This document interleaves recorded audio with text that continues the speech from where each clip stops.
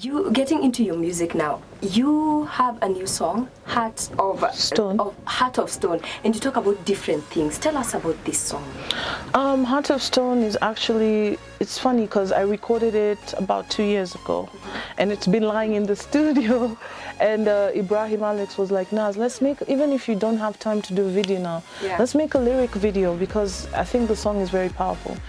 Basically, Heart of Stone is just talking about how, as Naz, I've been through so many different things, but I continued to push on, and I continued to be me and continue to believe in myself.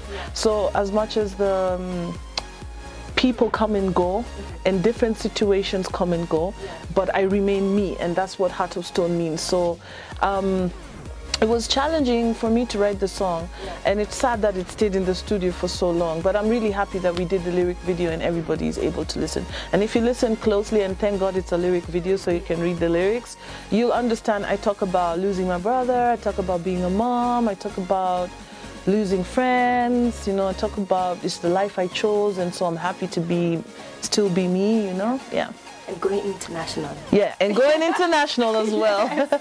And of course, what being in the industry for so long, what are some of the highlights of your career?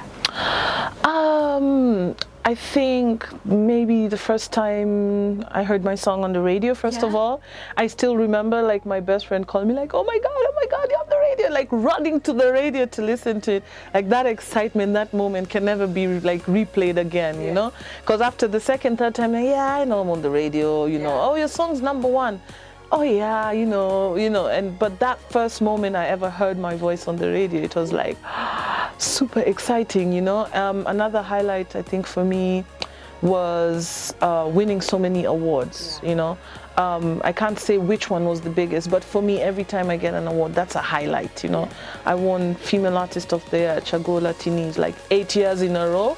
And for me, it was always like I hadn't won before. Like the second year, that I like, oh my God, I'm still getting the award. You know, it meant a lot to me. And also winning Best Directed Video at Channel O for East African Bashment. You know, it was the biggest award of the night, is Best Directed Video. And you can imagine we are put up like against all these Nigerian, South African acts. And we shot our video actually here in film studios. We shot our video on a green screen, on a very low budget, and just trying to be creative, and we won Best Directed Video. So for me, that was a big highlight as well.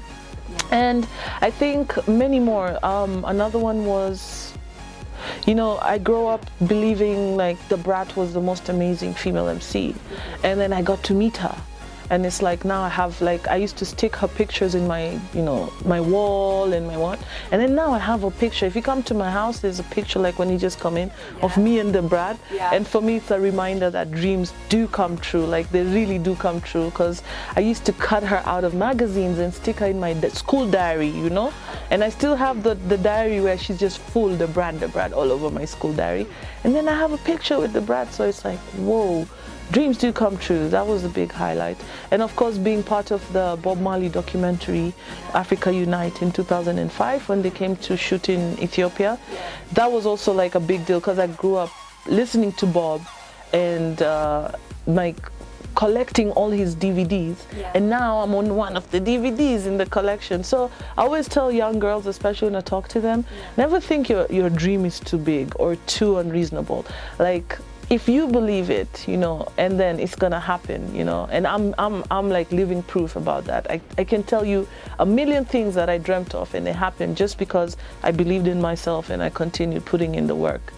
Yeah. And then you mentioned young girls, and there are so many young female rappers in Kenya, and you being one of the first female rappers in Kenya, what is your opinion on how the content they are putting out there currently? I wouldn't agree with all the content, but you know, we're living in a different time. You know, us guys come from a time when hip-hop was so conscious, and hip-hop was about message, and now it's all about trap and just, can we dance in the club to this song? And I don't want to judge it. I want to say every generation is allowed to express themselves in a certain way. For me as a pioneer, I would love to see the female MCs like really representing our society, as African girls, as African women, respecting themselves, and realizing that they have a social responsibility to inspire the next generation of girls. And so whatever you're singing and whatever you're saying, you should always keep this in the back of your mind. Like me, I always had that in the back of my mind, and I wanted to be walking with someone grown up and they say, Naz, I like your song because it inspired me to this, someone older than me. Or to be walking down the road and someone comes to me and says, you inspired my daughter. For me, that's a big thing. It's happened to me a few times where I meet moms and their kids and saying, you're such a big inspiration to my daughter, she listens to you. And that's a proud moment. I wouldn't want to be walking down the street and a mother says, oh my God, wale ndio wanaribua watoto wetu. Those are the people who are spoiling our kids. So for the female artists or young female MCs, always think about not just now, but the future, like 5 years from now. Like now, I'm walking with my son who's 8 years old on the street. What is someone gonna come up and say to me that my kid is going to listen to as well? Is it gonna be a positive remark? Is it gonna be a negative remark, And these are the things they should think about. Like, the future is not so far away. And what happens in the future depends on what you're doing now, the foundation you're laying now. So it's very important for them to remember when they're writing their lyrics or when they're expressing themselves or how they present themselves, to think about that. Yeah, and then so many people ask you and Wairi about Necessary Noise and when Necessary Noise is going to come back. And then you guys are like, we didn't split and all. But are there any projects you're working on, like Necessary Noise? We don't have. Okay, so what we decided to do was to have a couple of studio sessions and just see how it goes, So we went in and we tried one song and it came out so hip hop. We were like, huh? Okay, we need to try another song. So we're experimenting right now to at least come up with a single for everybody, because that's all we get asked all day, and we know that the fans have been so supportive of us all through, and so we feel like we owe them a few more songs. So hopefully, I'm not promising anything, but hopefully it's gonna happen. Yeah. And then 2018 is almost done. So what should we expect from the First Lady in 2019? I have a good feeling about 2019, but that's because I've been working super hard behind the scenes this year. I've got 2 singles coming out next year, hip-hop tracks, all me, no collaborating with anybody, that I think people are gonna love so much, because my producer Max has been like, this is the Naz we've been waiting for. So I'm so excited, like, for next year, because I was supposed to have shot the video by now for one of the songs. Because of everything going on, I had to reschedule the shoot to January. So guys, expect some real fire coming from me next year. Yeah. And then you mentioned your music inspiring young people and being a person to be looked up to. What legacy do you want to leave? I think my legacy would just be that everything, no matter what the limitations are in your life, like everything is possible. And so I want to be the person when someone thinks about in a hard situation, it's like Naz was able to overcome it, and she did it, and she's still here, and so I can.